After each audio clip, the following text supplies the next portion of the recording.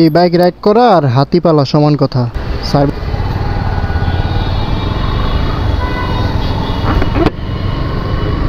Hello everyone, কী অবস্থা সবার? আশা করি সব অনেক বেশি ভালো আছেন। চলে আসলাম আজকে নতুন একটি ভিডিও নিয়ে। আজকে অনেক দিন পরে বাইকটা সার্ভিস করলাম। তো বাইকে অনেক বেশি ট্যাবিটের নয়েজ করতেছিল, একদম বিরক্ত লাগতেছিল বাইকটা রাইড করতে। তো চলে গেলাম সকাল সকালই মেকানিকের দোকানে।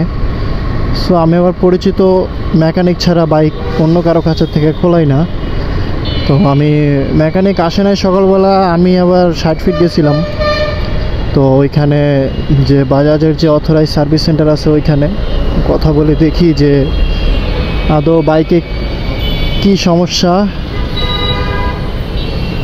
তো সমস্যার কথা বললাম তাদেরকে, তারা বলল যে গাড়ি প্রথমে যার কাছে খোলাইছি তার কাছেই যাওয়ার জন্য। তো পরবর্তীতে যে মেকানিকের কাছে বাইক সার্ভিস করাইছি, তো সে আসলো। আসার পরে দেখলো বাইকের প্রবলেমগুলা। তো বাইকে মেনলি প্রবলেম হয়েছিল সেলফের যে পিনিয়ন আছে, ওই পিনিয়নের মধ্যে দাগ পড়ে গেছিলো। তো আমি যখন বাইকটা স্টার্ট দিতাম তখন ফাইন্ড আউট করতে পারি নাই। তো তখন ওই মেকানিক দেখলো, দেখার পরে বলল যে ভাই আপনার সেলফের পিনিয়নটা খুলে দেখতে হবে, যদি প্রবলেম হয় সেক্ষেত্রে রিপ্লেস করে দিয়েন একদম। আমি বললাম যে আচ্ছা ঠিক আছে খুলেন। খোলার পরে দেখা গেল যে সেলফের পিনিয়নের মধ্যে দাগ আছে অনেকগুলো। তো আমি ভিডিও দিয়ে দেবো না, আপনারা সেখান থেকে দেখে নিন।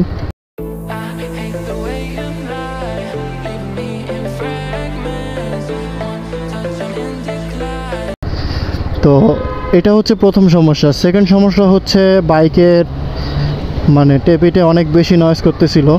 কারণ আমার বাইকটা অলমোস্ট 60,000 কিলোমিটার চলছে।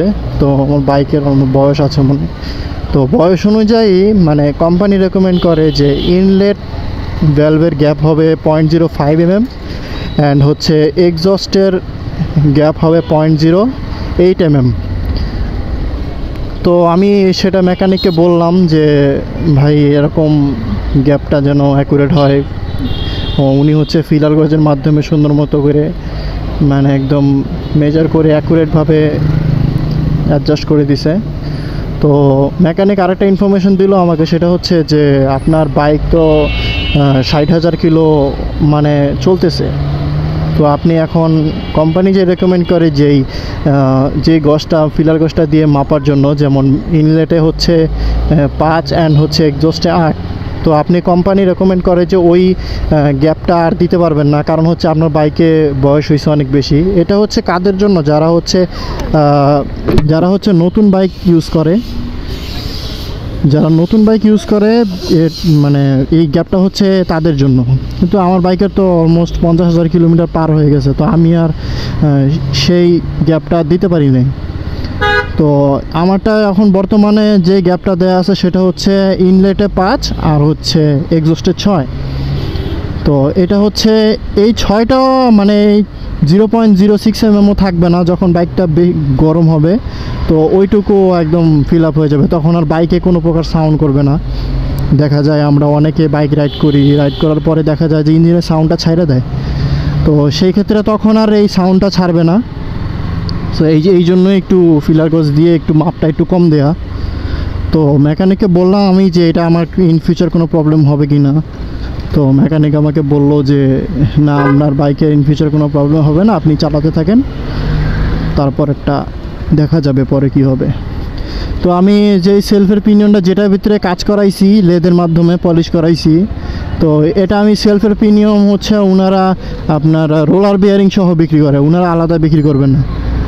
হচ্ছে ওনারা কি ব্যবসা পাইছে কে জানে। আমার লাগবে সেলফের পিনিয়ন, এখন আমি পুরোটা কেন কিনবো? সেটা হচ্ছে কথা।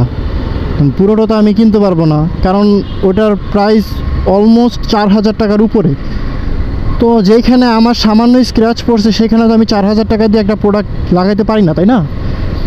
আমি এই কাজটা করছি 100 টাকা দিয়ে।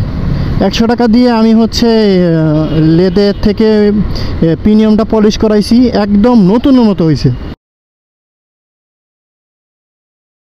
মানে আমি দেখে বুঝতে পারি নাই যে এটা কি আমি বাইকে কাজ করাইছি নাকি আমি প্রিমিয়ামটা নতুন কিনে আনছি।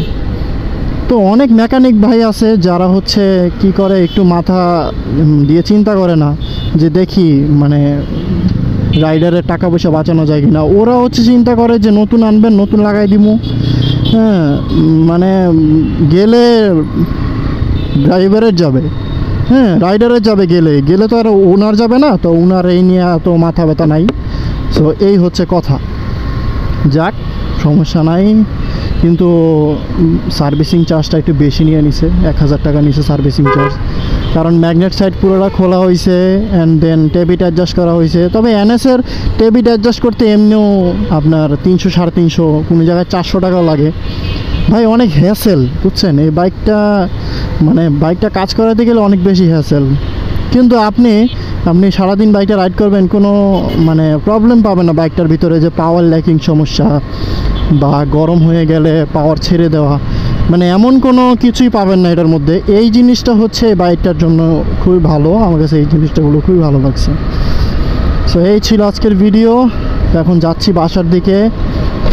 ও এখন আছি বাসার দিকে, তো এখন ঢুকে পড়বো। কালশি মোড়ে আছি মাত্র, এই যে কালশি ফ্লাইওভার।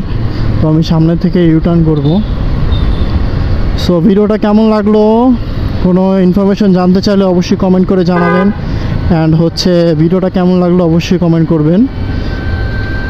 সো আল্লাহ হাফিজ।